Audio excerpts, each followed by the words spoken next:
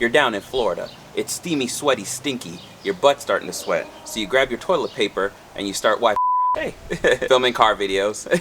Today we're going to talk about air conditioning, and I'm going to give you guys some quick tips and tricks and some quick troubleshooting ideas that you can start with, so that way before you spend $100, $50, $60, $80, $200 on an AC tune-up, you know exactly what that entails. So we're going to start with step one, which is turning it on and off again. Have you tried turning it off and on again? IT crowd joke. If you get it, you get it. If you don't, well, too bad.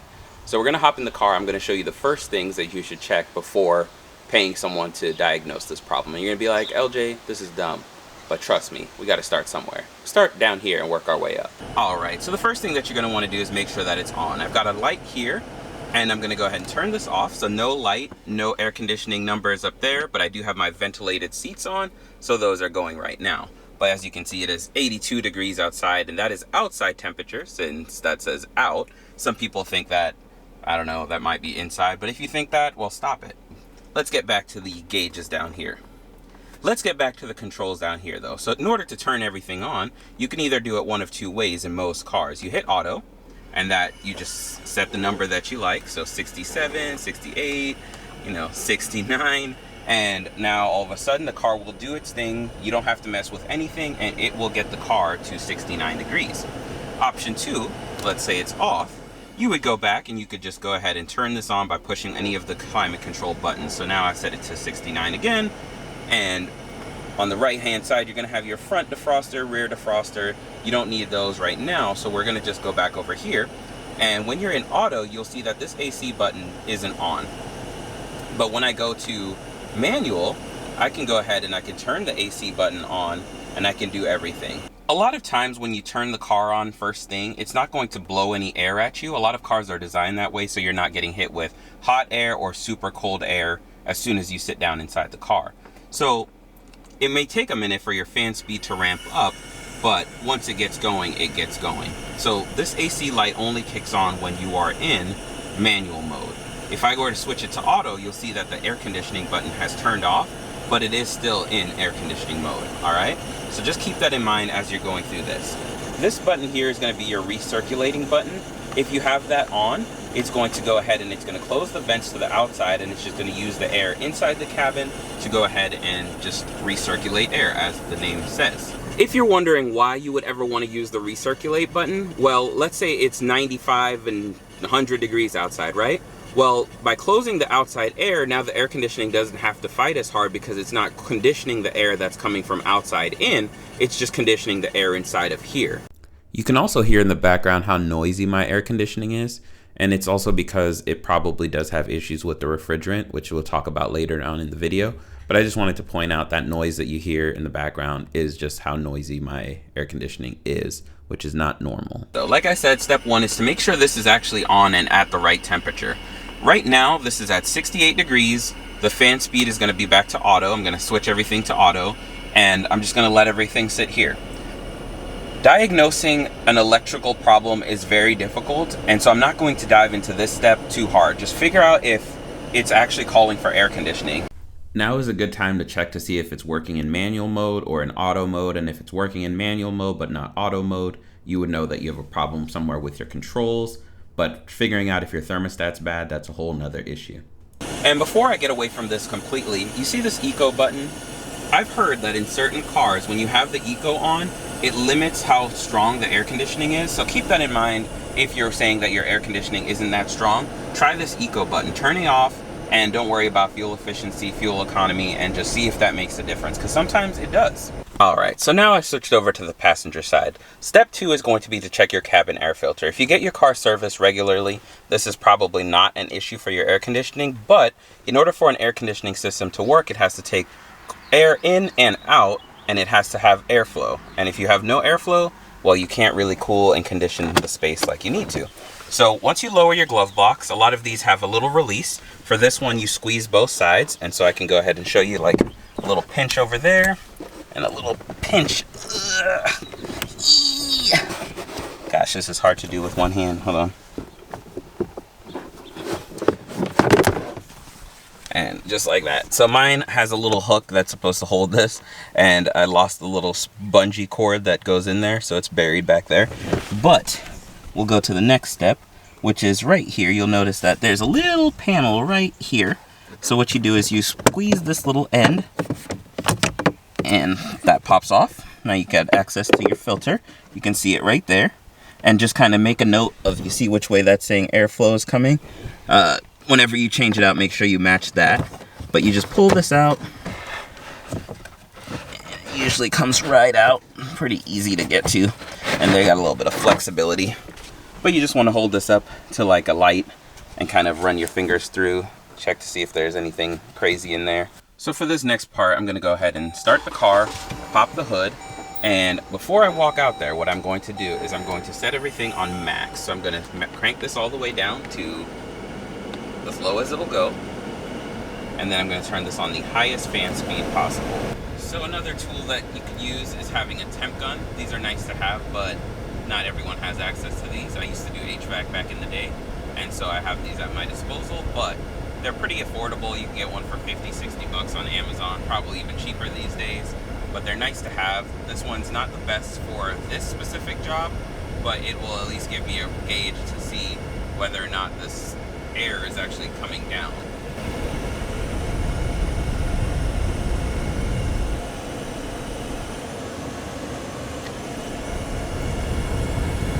Right off the bat, I can see that this is reading around 90 inside these vents, whereas this is reading about 95, 96 between these vents. And what that tells me is that after some time, those gears can go bad, they can fail, and so now those doors are not opening and closing the way they should to provide the accurate climate for each zone.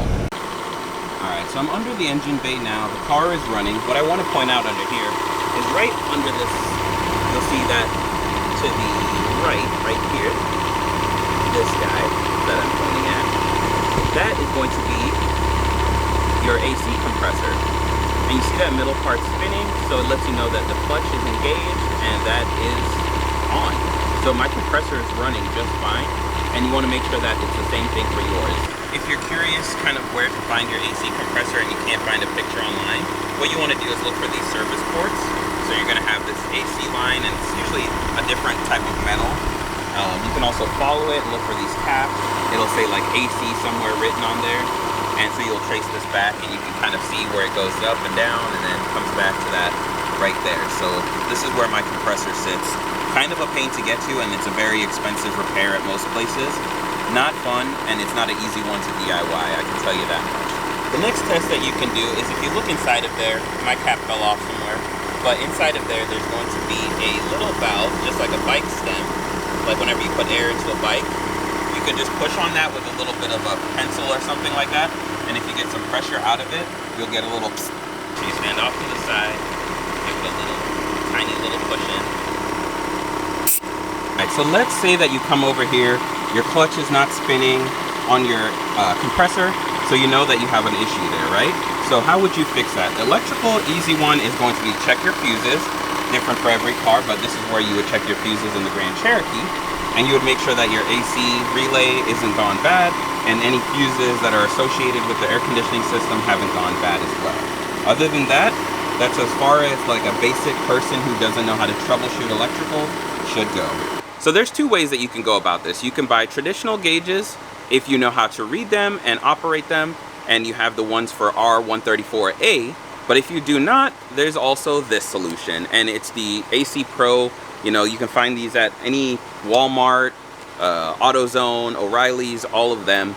And these are pretty handy. It comes with a really simple gauge that's kind of foolproof. It's, you know, red is bad, green is good, and simple as that. However, this gauge isn't the best because I don't have 134A on this, but I could post a picture of the 134A gauges. There's two numbers that you need to see. You got to see your condenser and your evap pressures, and if you don't have one gauge, you're only relying on the other, and so it's not as accurate, but it's enough to get you in the ballpark, right? All right, so what you're gonna do is I like to give this a quick shake before, because I know that I'm gonna need to shake it later, and I'm gonna go ahead and connect it. It's got a quick connect, so you just squeeze down and it pops right on, and once that locks on, I'll show you guys what I'm reading.